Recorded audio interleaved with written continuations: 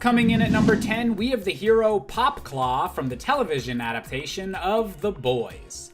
One of Wolverine's most iconic features is his signature triple claws, originally made of bone, but eventually covered in the metal adamantium along with the rest of his skeleton, able to pop out at a moment's notice with a snikt sound effect.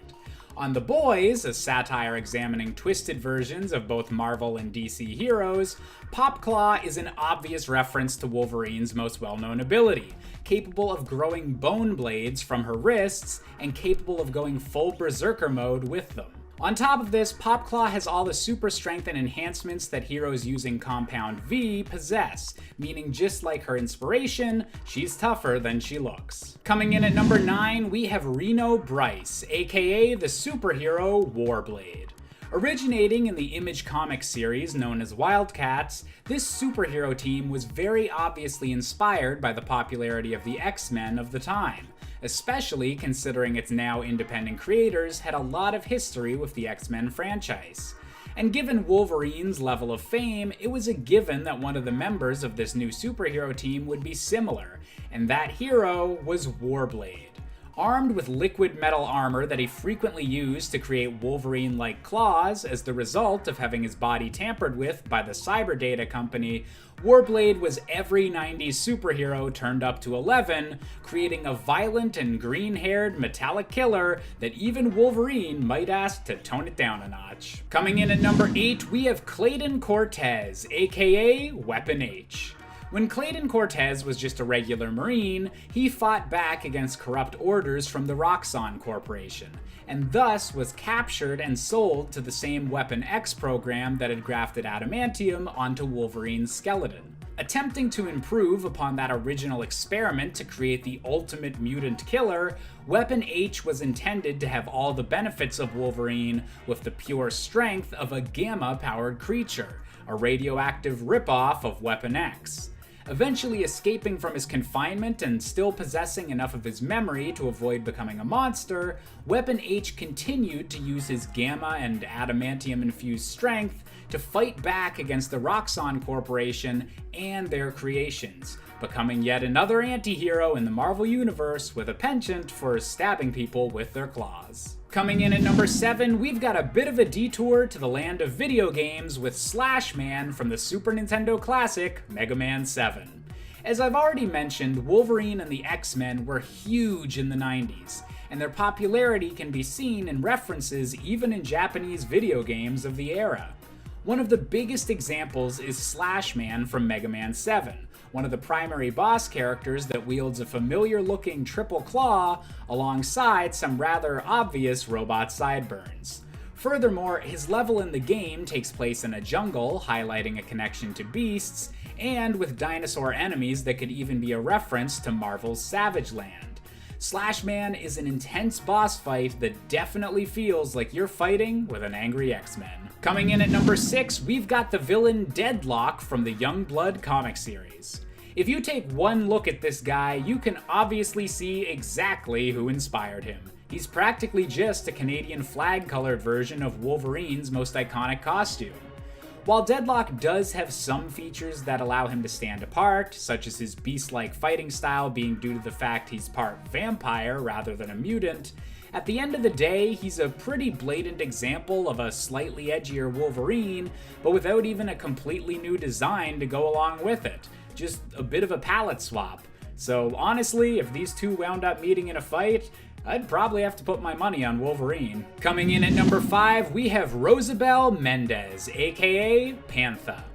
Introduced as a new member of the Teen Titans during a period where the X-Men had just recently overtaken the Teen Titans in sales, PANTHA was a blue and yellow wearing berserker with anger issues and a mysterious past, complicated by a secret government organization experimenting on her. Sound familiar at all? And while PANTHA was a powerful addition to the team for the 90s and early 2000s, she's one of the few comic book heroes that died during a major event and then never got resurrected, meaning maybe DC realized her backstory was just a little too similar to everyone's favorite Canadian berserker. Coming in at number 4, we have KILLRAZOR from the Image comic series Cyberforce. Many of these 90s ripoffs of Wolverine were all focused around the idea of being even more extreme and edgier than the already extreme and edgy Marvel Comics of the 90s, and few characters show this exaggeration more clearly than KILLRAZOR.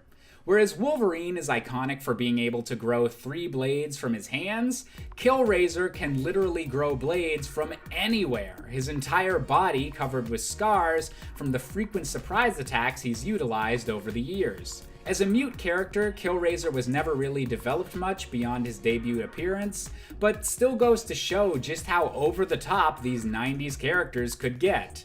And speaking of extreme characters, coming in at number 3, we have Lobo from DC Comics.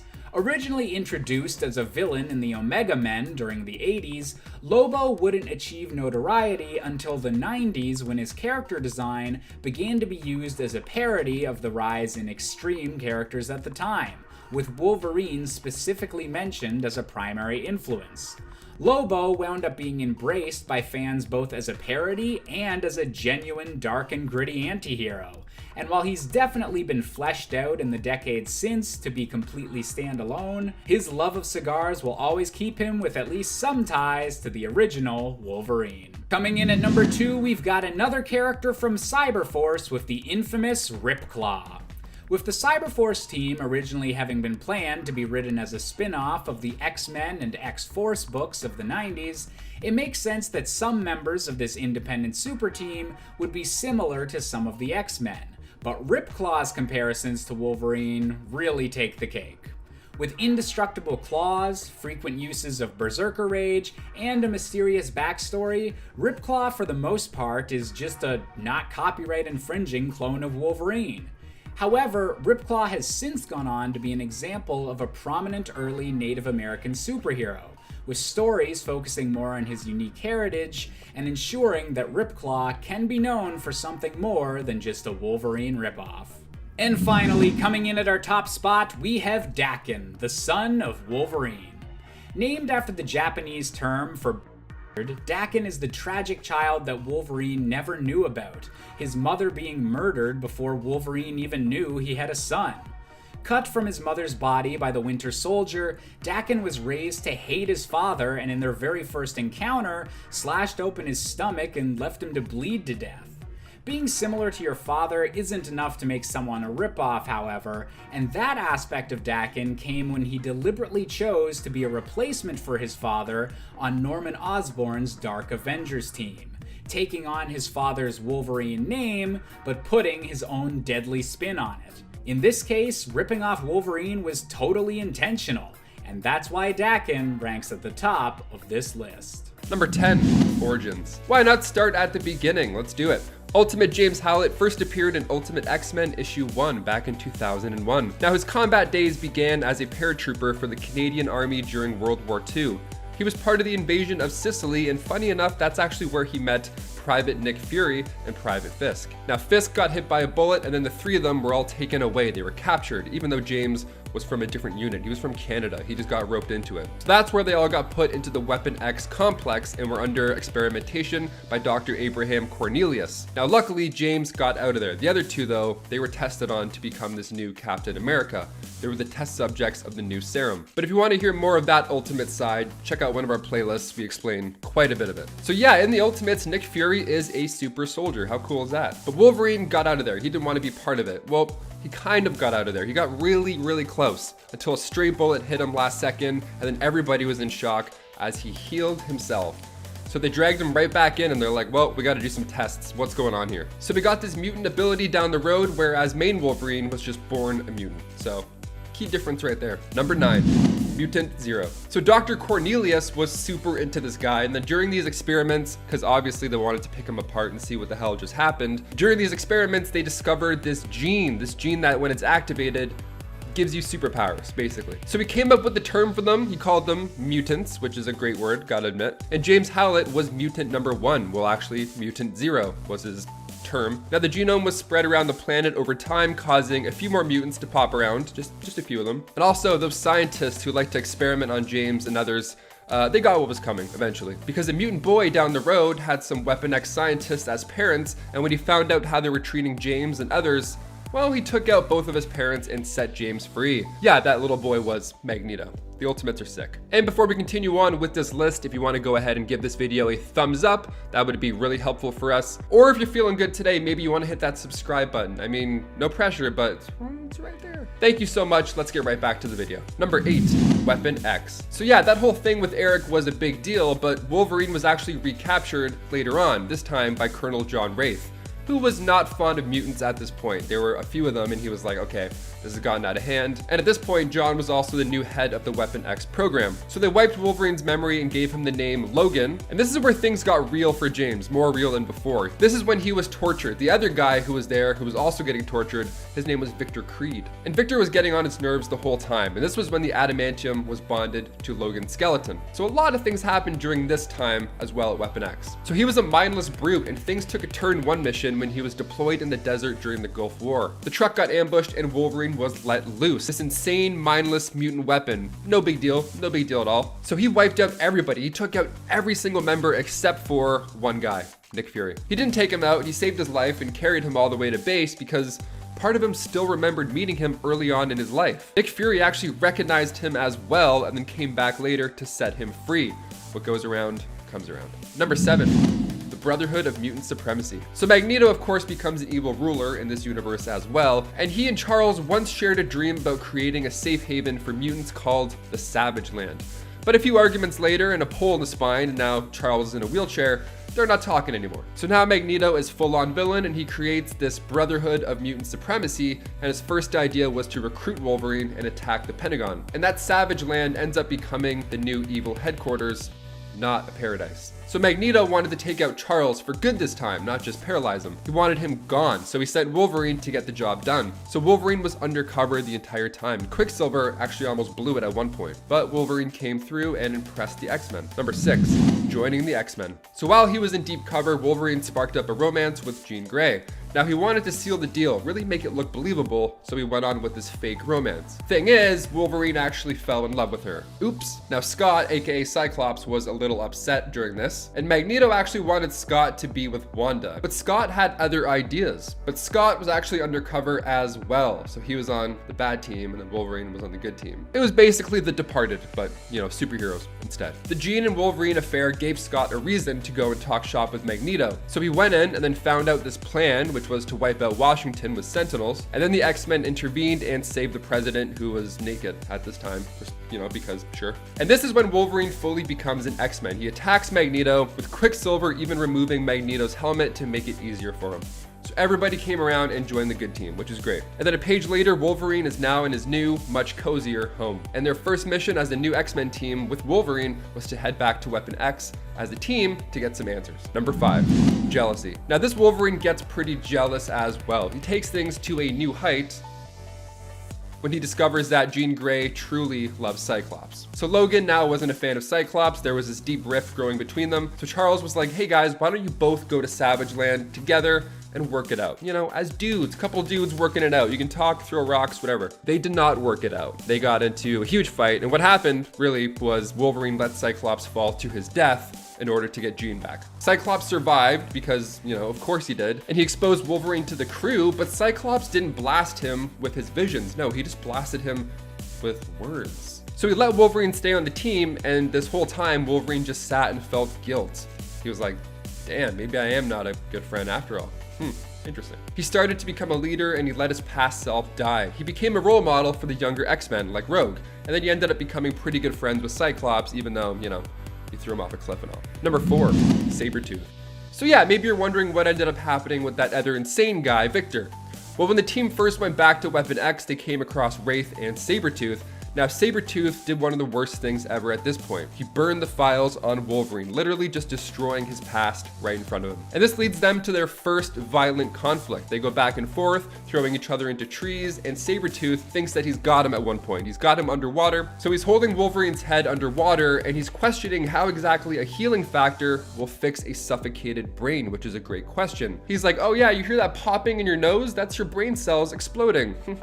Now, it's cool, except Wolverine's underwater this whole whole time. You probably didn't hear any of this monologue, but it's still cool. But Wolverine's got that healing factor, which is probably stronger than we think. Number 3, healing factor. Ultimate Wolverine has been known to have a weaker healing factor than our 616 Wolverine, but it's kind of his main thing. I mean, Ultimate Wolverine can regenerate his body tissue so well that at one point, believe it or not, Wolverine was stuck under an iceberg, and the only way he survived was to bank on that healing factor, and he ate himself. The dude ate his arms, like he ate his body. It's like 127 hours, only, you know, he's fine. He just has to eat good. He ate strips of his own arm because he had to. I mean, he can grow it back, so it's not too horrible. No, that's still pretty horrible, actually, now that I think of it. Superheroes are wild because this opens up the meat dimension theory, which is just a blast. If you haven't heard of it, I strongly recommend you Google it after this. All this regeneration, where does the meat come from? Where does it go? Can he eat forever? What's going on? Question for you guys, if you could regenerate your cells and you were stuck, would you do it? Would you eat yourself? Let us know in the comments. That's a weird thing. Let us know in the comments though. I'm still curious. Number 2, adaptable. In Ultimate Wolverine vs. Hulk, it was said that Wolverine's power might be the survival ability. It's like his main thing. Because at one point his head gets clean off his body. It's just taken off, but he's still alive. And Nick Fury makes a good point here. He's like, well, if it was a healing factor, he would still be dead right about now because it's just his head. Still doesn't make any sense. But Ultimate Wolverine's head was alive and well. Now without his lungs, he should not be able to breathe, but he adapted and started breathing through his skin. So he's adaptable in the most ultimate way. Number 1, combat. So the way he's able to fight off Sabretooth after being held underwater is just by going right in between the legs. He fights dirty, claws are out, he's doing what he has to be done. Wolverine says, hey, at least I have enough brain cells left to cover my family jewels in a fight. And I gotta tell you, that's a great call. Also, that's a great sentence to say right before you toss somebody off a cliff. This guy loves tossing people off cliffs, eh? Wow. So the ultimate combat is a bit more dirty, a little more rough than his 616 counterpart, I'd say. But that's because he kind of has to be, because his healing factor isn't as strong as a 616, and even his adamantium skeleton is not that helpful. Adamantium is weaker in the Ultimate Universe, fun fact. But even so, one time Magneto ripped his skeleton out of his skin and Wolverine had to regrow his entire body back. That's the most painful thing I can imagine.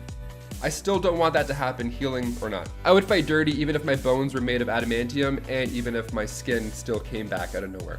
Because pain is still pain, and I don't want any of that pain. No, no siree. Number 10, Reine Duran. Reine Duran, which sounds kind of like Duran Duran, but isn't, is Logan's daughter from an alternate universe. Her mother was a sorceress known as Sylvie Darkness, and she grew up in a family with a strong lineage of magic users. She herself has both a healing factor and magical abilities, which allow her to open portals. Her bone claws seem to also be imbued with mystical energy as they glow. Reine made her first full appearance in 2019's Marvel Comics Presents issue number 5. Number 9, Shadowstalker. Are you ready for the mongrels? Cause they are coming! Coming for Wolverine's head, that is. The mongrels were a group of Wolverine's children who all kinda had a personal vendetta against him, many of them being abandoned by him. They were convinced by Daken to become a group known as the Mongrels, who were trained by the Red Right Hand to become assassins and take on Wolverine. Shadowstalker was one member of the Mongrels who didn't even get a name. We also don't know who her mother was, but she had a very interesting look when it came to her costume, sporting a weird mask with flail-like hair tendrils, like a flail ponytail. Pony flails. Cannonfoot. Cannonfoot was another mongrel. Once again, we do not know his name or the name of his mother, but Daken also found him and brought him into the fold. His abilities we know to be closer to Wolverine's, giving him an animal-like instinct, superhuman strength, speed, and agility. He also appears to have claws on his toes and fingers, similar to Sabretooth. Sophist.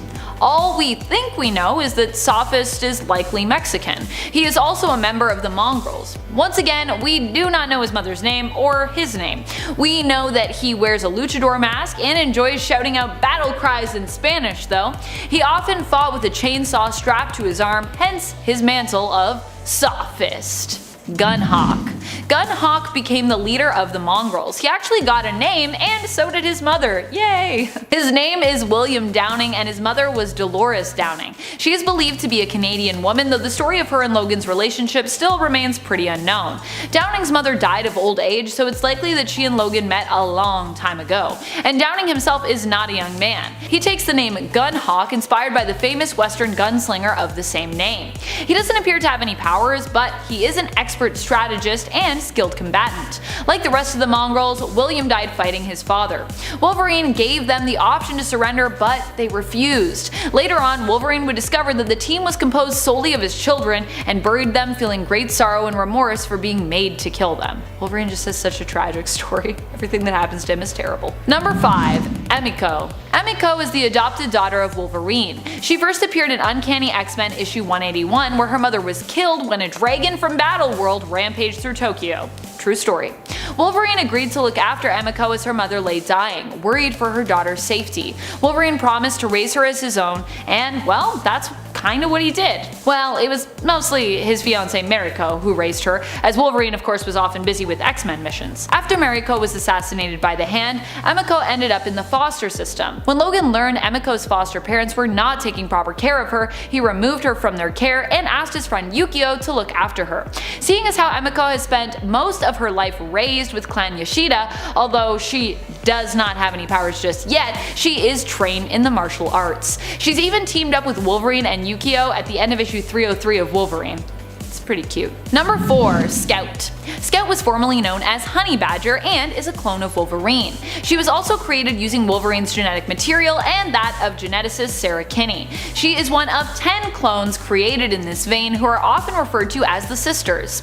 Gabrielle Kinney, or Gabby, was created by Alchemex Genetics and was trained and used as a bodyguard to be sent out on missions. Her and her sisters were made to feel no pain, which sometimes gives her a strange edge in comparison to some of Wolverine's other children, if we're talking about power levels.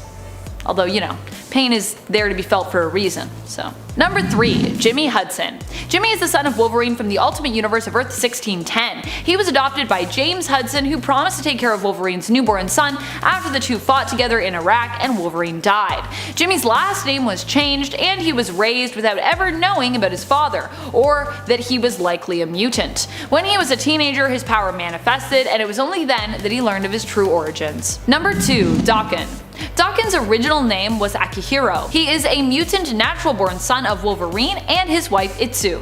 Itsu herself was very pregnant with Logan's child when she was murdered by Bucky Barnes during his time as the assassin known as Winter Soldier. It was later revealed that Itsu's unborn child did not perish, but was instead cut out of Itsu's womb and retrieved by the villain Romulus. Romulus later left the baby on the doorstep of a wealthy Japanese family, who took the baby in and raised him as their own. The family named him Akihiro, but the servants referred to him as Daken, meaning mongrel, because of his mixed racial appearance. Romulus would later reveal himself to the boy after everything kinda went sideways, claiming to be him from the future and attempting to use and manipulate Daken for his own purposes. Daken and his father, considering his backstory as such, have had a rocky relationship throughout the comics, and Daken is often painted as a villain or a reluctant anti-hero. Number 1. X-23, also known really as just Wolverine. She and her dad are both Wolverine, really. Laura Kinney is technically the genetic twin of Wolverine. She was created when Facility tried to create a clone of Weapon X to use, well, as a weapon. Sarah Kinney, an acclaimed geneticist, was brought in when Xander Rice failed to replicate the adamantium bonding procedure on any of his subjects, who all died during the process. The genetic sample that Sarah was attempting to use to clone Wolverine with was damaged, which prompted her to suggest making a female clone instead of reconstructing the genetic sample artificially, which would take years. When Dr. Sutter and Xander Rice refused to agree with Kinney that this was the best way to proceed, she rebelled and decided to go against their wishes, moving forward with her version of the project. In the end, she was forced into being the surrogate mother for baby Laura and regretted her earlier views of seeing this being as only a weapon, instead of the true miracle of life that it was. Laura would grow up to be X-23 and would eventually escape the facility and track down her genetic father, Wolverine. Number 10. Gwenverine. Gwenverine is an alternate version we've really only seen briefly in Secret Wars Battleworld issue number 3, but I like to imagine that she is pretty pretty strong and also pretty cool, like many of her other amalgamated versions. Gwen is a character that we've seen become an alternate version of Spider-Man and Deadpool, and both of those characters and versions of Gwen Stacy are pretty rad, I must admit. So I imagine her Wolverine version would also be tough as nails and fierce. Wolverine also appeared on an alternate cover for Old Man Logan issue number 2 from 2015, with art done by Chris Samnee. If that art is any indication, like her other alternate versions before her, this would probably prove to be a pretty powerful and popular alternate version of Wolverine and Gwen, if, you know, we saw more stuff from her. I just want to read a comic that's about all the awesome and powerful alternate Gwen versions running around in the multiverse together. Gwen Stacy's Adventure Through the Multiverse, it could be called, and Gwen could wander around and meet all the alternate, possibly mutant, versions of herself. Maybe they're all secretly mutants. That would be kind of cool. Just like how Deadpool or Gwenpool was secretly a mutant, maybe, or retconned herself to be a mutant. I love that, it's so weird. Number 9. Poison Wolverine. Poison Wolverine is the assimilated version of Wolverine from Earth 22186, who became bonded to a poison. Poisons are basically like symbiotes, except symbiotes are kind of their own thing over at Marvel, so I guess imagine a symbiote, but it's like a different symbiotic alien race. So not a symbiote, and kind of pointy and sharpy instead. Are you with me at all? The poison that bonded to Wolverine and took him over would have his powers and would also be able to use his biomass to shapeshift and give itself extra appendages or tentacles as needed. So this is a version of Wolverine who isn't in control as much, but does still have powers, plus can also shapeshift. Sadly, this version of the character did perish, not because it was defeated per se, but because the head of its hive, the Poison Queen, was vanquished. That's how it works for the poisons. Your queen is vanquished, you're dead. Number 8. WOLVERHAM. Although he might not seem that powerful, WOLVERHAM of Reality 73174 might actually end up being one of the most powerful? He is like an alternate version of both Spider-Ham, Peter Porker, and of Wolverine. Being that he's also kinda cartoony in origins, it's likely that his powers are similar to that of both heroes, meaning that he has probably a crazy healing factor, his adamantium claws and skeleton, and can pull off all sorts of immensely powerful cartoon antics, with cartoon physics applying to his fights and his adventures. I don't know about you, but I think having cartoon physics in play makes you pretty powerful. Cartoon physics are wacky. Number 7. Old Man Logan. Old Man Logan is still a badass who manages to get a lot done despite the fact that his healing factor sometimes struggles to keep up. In his old age, his healing factor is slowed down when we first get into Logan's future adventures in the post-apocalyptic wasteland that was once Earth. However, much more later down the line, his healing factor finally picks back up again. At this time, Logan no longer goes by the name Wolverine at all and is instead known as the Hooded Man. So this version of him is kind of weaker, but also kind of the same.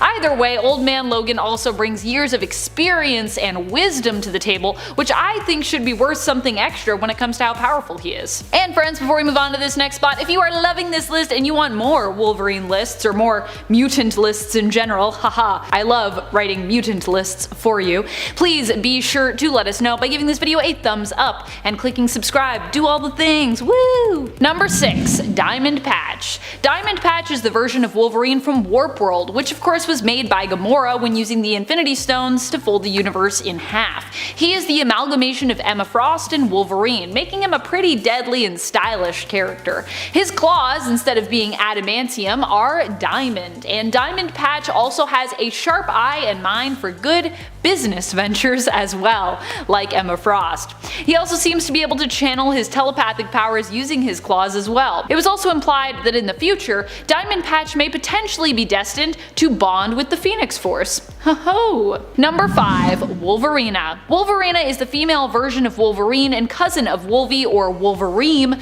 from the alternate Earth of 89923. She works as a waitress at her father's bar, Bud's Sud, but is also a skilled fighter who is called in to replace Wolverine after he went missing. Wolverina also has leadership skills and could potentially make a good team leader if needed. More than that, while her powers are somewhat unspecified when it comes to what they are or how powerful they can be considered, Wolverina also is a self-aware comic book character, meaning that she knows she is in a comic book and can often use this knowledge to take charge of her own narrative and break the fourth wall with, reaching out to her readers.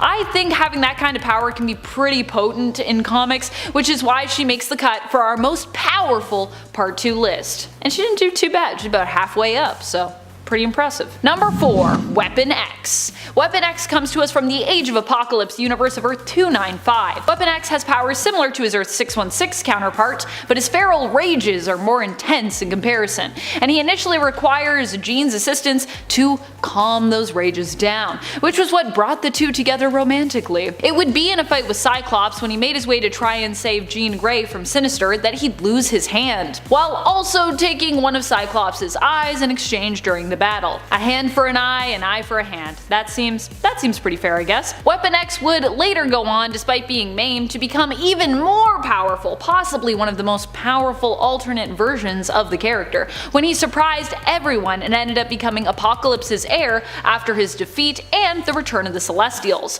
During this time, he was known as Weapon Omega, though his newfound power would only end up being temporary. Eventually, he would have this power stripped from him by Jean and return once more to being Weapon X. Also, I think I cut off this hand, but I think it's actually this hand I think that he loses. I'm trying to remember the art.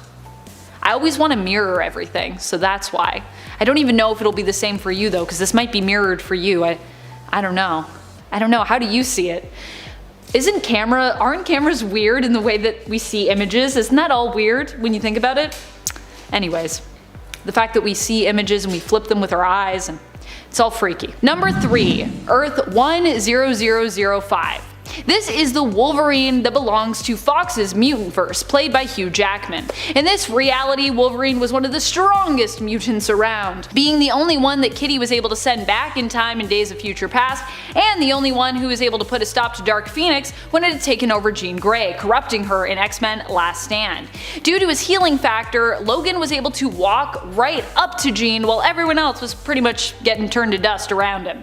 He pressed forward, struggling to reach her, and then used the awesome power of his love for her to calm Dark Phoenix down enough for him to be able to kill her with his claws, bringing Jean back but also killing both her and the Phoenix. Really, really sad. That's some pretty powerful healing factor and some pretty powerful love factor as well. Number 2. Governor General Howlett. The version of Wolverine from Earth 12025 is James Howlett, and he's not just a hero but also holds the position of Governor General to the Queen of England for Canada.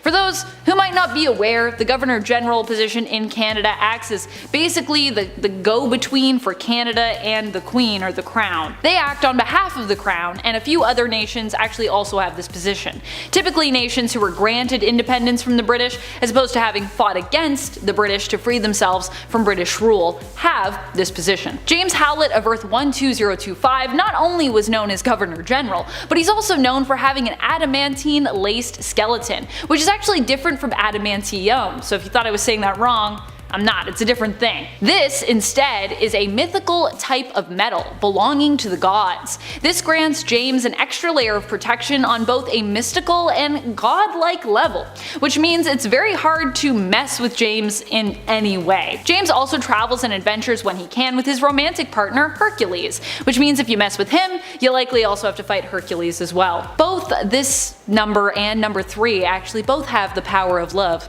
The power of love. Number 1. Weapon Hex. Weapon Hex comes to us from Warp World, which was created by Gamora when she folded the universe in half. Doing so caused all the souls of that universe, of course, to merge together, as we talked about with Diamond Patch, creating combined beings such as Weapon Hex, who is a combination of both Laura Kinney's X-23, aka Wolverine, and Scarlet Witch. She, as such, has the combined powers of both of these heroes, making her pretty OP, possibly even more OP than Amalgam's DARKCLAW, though she doesn't have quite as much plot armor most likely.